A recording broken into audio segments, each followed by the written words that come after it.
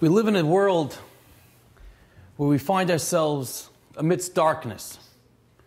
Wherever we may turn, we're kind of stuck in a quandary of sorts, confused, where to go, what to do, and if we're more in touch with HaKadosh Baruch Hu, with God, we ask, what does He want from us? Where is He sending us? What does He want from the world out there? What does He want from us in a more personal way? And I think if we discover and explore a little bit of a depth of the seemingly very simple words of a pasuk in this week's parsha, I think we get a lot of clarity and perhaps could give us guidance and shed some light as to where we should be going.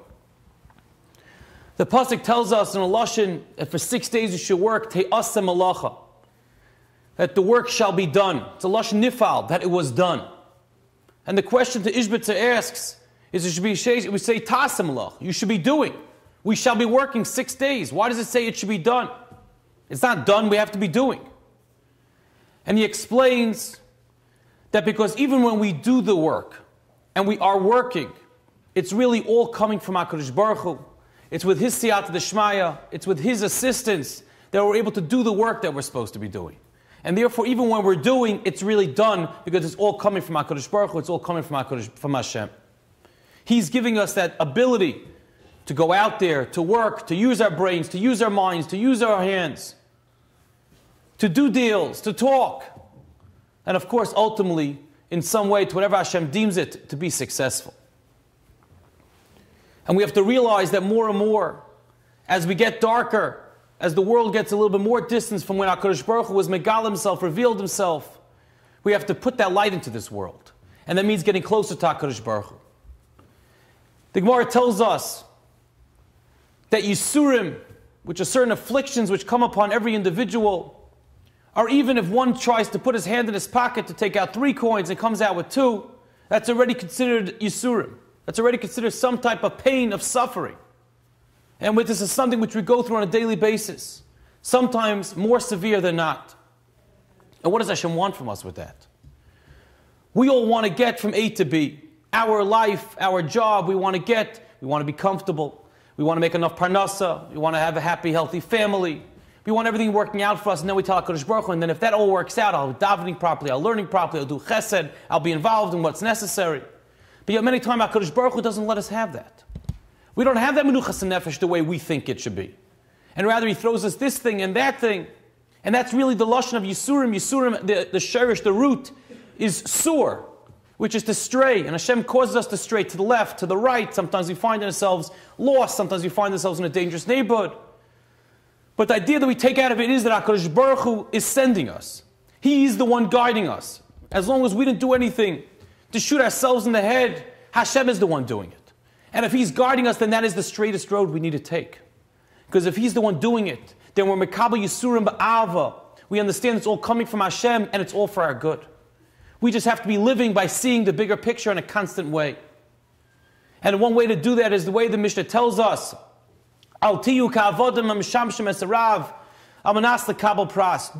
like those slaves, those servants that just serve their master to get their salary.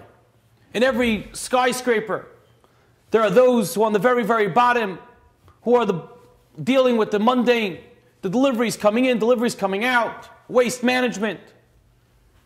And they're quibbling, and then you're having issues of any bother or nuisance. He came in at this time, he came in at that time, he shifted the box this way, shifted the cart in that way. And that's their whole fight. And they just want to get their salary and go home and drink their beer and have a good time. But yet, many, many stories up, there's the CEO. And he doesn't care about the way that the box was done this way, was delivered that time. That's not what's entertaining him.